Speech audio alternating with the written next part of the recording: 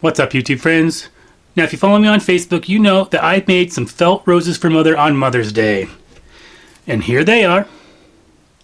Now, I used everything upcycled from around the house. Mother's a hoarder, as some of you know, so this was just an old candle. I then stuffed it with some peat moss, and I added my little felt roses. And I think it turned out really cute.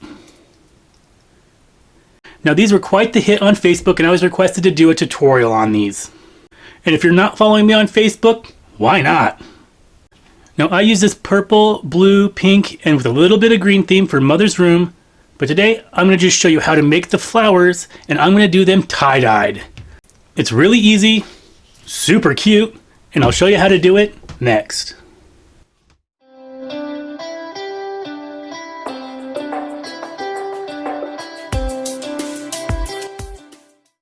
The things you're going to need to make these roses are some felt in any color that you want. Now, like I said, I'm going to do tie-dyed, so my colors are going to be pretty wonky and colorful. And the only reason why is because I'm out of dark green felt. So I have some greens, pinks, blues, yellows, oranges, and I think this is going to turn out great. You also need something for your stem. These are just wooden barbecue skewers. I cut them in half and painted them green. I've also made long stem roses using chopsticks, and they turned out great also. You're going to need your glue gun, and you're also going to need this rose template. Now, I got this off of Pinterest, and I'll go ahead and I'll link her site down below. And to make it easier for me, I went ahead and I printed these off onto freezer paper sheets. Now, I got these off of Amazon. I'll go ahead and I'll leave a link down below for these also, and I do get a small commission if you do use my link. And if you want, you can just go ahead and cut out freezer paper if you already have it in your craft room. And I recommend every craft room has some freezer paper. But for me, it kind of curled when I did cut it up. I did try. And my printer just didn't like it, so I went ahead and I just ordered these sheets. Now, I think these are genius. These will be great for applique, or you can print out a design, cut it out, and use it for freezer paper stenciling on t-shirts. Very useful. I'll be using these little applique scissors. It does help with the little pieces. I'm also going to be using my iron and ironing board, and that's it. So let's get started. So the first thing I did was cut out my pattern pieces. Today I'll be using the green for the petals and this purple for the leaves. So now we just want to press this onto our felt.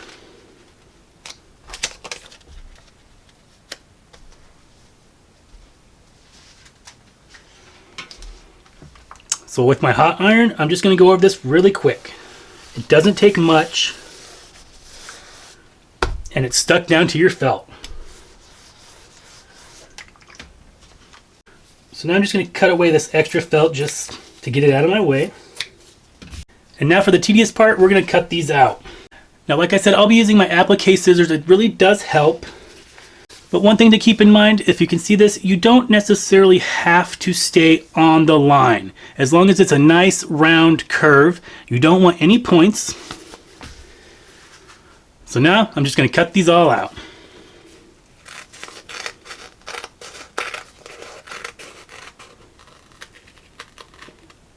Alright, so I have my flowers all cut out. And if I didn't mention this before, on your iron you want to use a low heat. If you're going to use a high heat, it will burn your felt. So now I'm just going to grab my paper punch. I'm going to take my leaf piece, and I'm going to punch a hole right in the middle. Don't use your paper punch if you only have one. This will definitely dull it. I have a few of these, and this is just my older pair. But the reason why I like using a paper punch, I'm not sure you can see that very well, but because these are dull, it does not punch it all the way through, so there's just a little flap.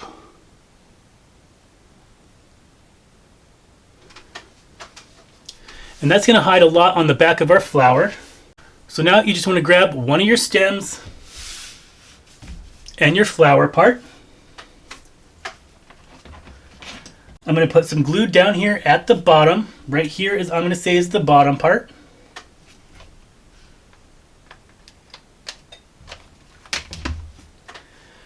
And then I'm just going to stick down my stick.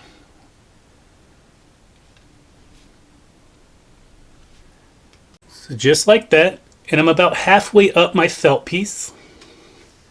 And then I'm just going to twirl.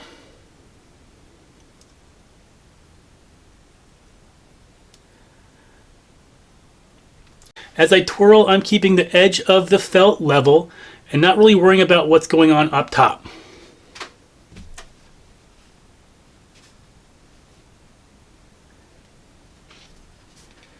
And every now and then, put a little bit more glue.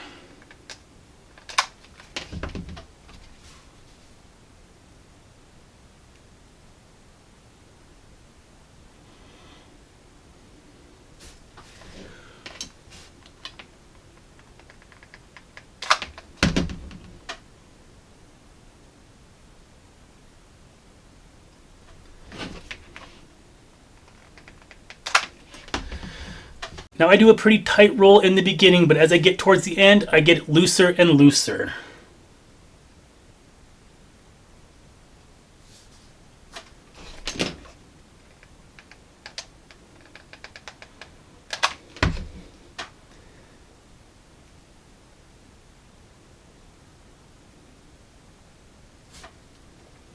Alright guys, so I'm coming up to my end. This is a little flap that I have left, and I'm just going to put a line of glue right here on the edge.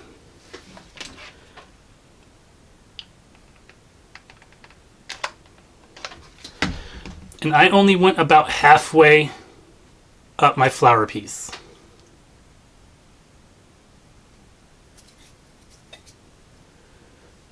So it should look like this. So now you just want to take your leaf piece and thread it up through the bottom.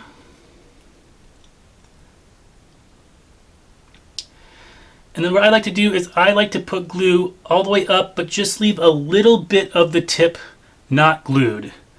Also, when you glue this down, make sure one of your petals covers that seam right there.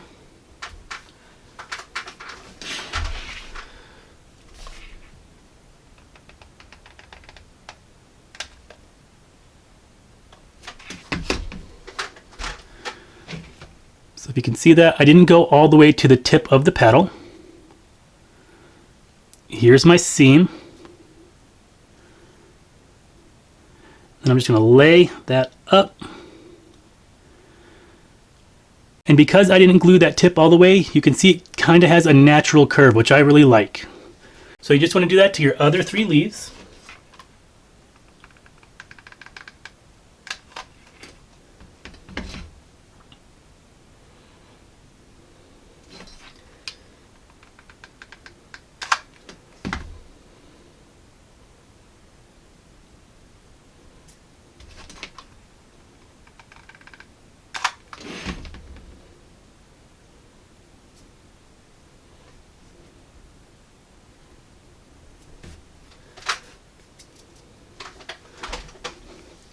Just like that. I don't know how well you can see it, but that flap kind of just folds over. You could put a little dotted glue if you want to, but it's really not necessary. And it kind of hides everything underneath. Now I think this rose looks really cute just as is, but you can go ahead and kind of push your petals down, open them up a little bit. And each rose will look different. So I'll show you one more time, and I'm going to do this blue one because I can't wait to see how this one turns out. So I'm just going to get one of my stem sticks. I'm going to put a little bit of hot glue in the beginning here. And I'm going to place my stick halfway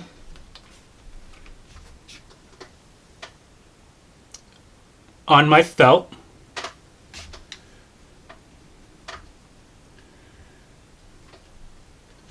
And then just twirl.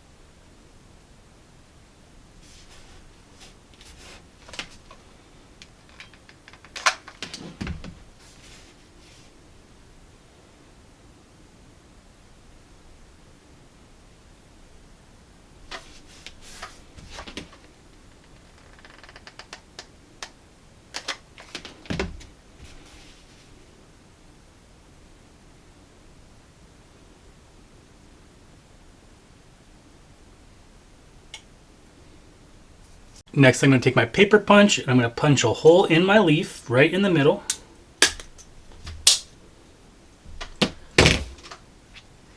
And thread it on my stem.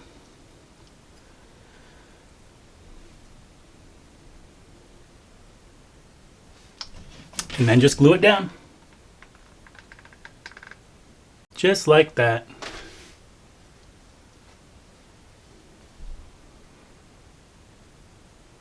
Now this one I wrapped just a little bit looser. It looks a little fuller, and I think it looks great.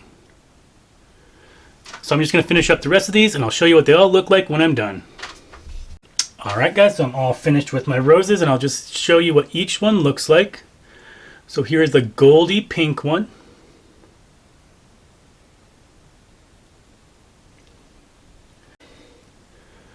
A magenta blue one.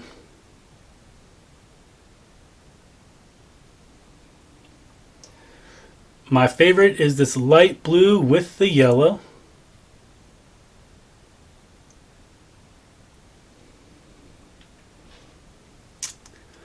A blue and orange.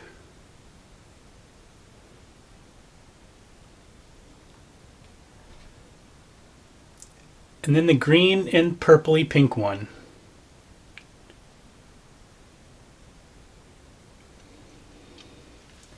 Now the longest part of this craft is just cutting it out, but if you had one of those Cricut machines, you could whip through this craft pretty easily. Now like I said earlier on this video, I also put these on chopsticks, and I added leaves. To do that, all I did was cut out some leaf shapes. I had 2 shapes per leaf. I just sandwiched my leaf pieces together with a piece of floral wire in between. I then took some floral tape, attached the leaf to my stem, and just ran it all the way down the stem. Now floral tape does tend to be a little sticky after you stretch it and pull it. That's how it sticks to itself. So afterwards, what I did was just take some cornstarch or flour. I ran it up and down the stem and brushed off all the excess. It does not leave any powdery residue, and your stem is no longer sticky. I also think these would be great pencil toppers for any teacher. You won't be able to use the eraser, but it is a cute little flower. You could also go ahead and blow up this pattern and have them full-size, normal-size flowers, and I think that would look really cute too. I hope you give these felt roses a try. If you like this video and want to see more of my videos, go down below and hit the big red subscribe button and give this video a big thumbs up. If you'd like to be notified as to when I post a video, hit that bell notification button. Head on over to Patreon. For as little as $1 a month, we'll keep these videos coming, and you'll get these videos 24 hours before YouTube does. Head over to Facebook and friend me over there if you'd like to share crafting ideas and pictures. I know my subscribers are very talented. And also finally, since you've all been asking, I'm opening up my Etsy shop. It's not open right at this moment. I will have it up and running in the next couple of weeks, but if you'd like to head over to Etsy and heart my shop, I'd really appreciate that. I wish everybody a healthy and safe 2020, and I'll see you next time.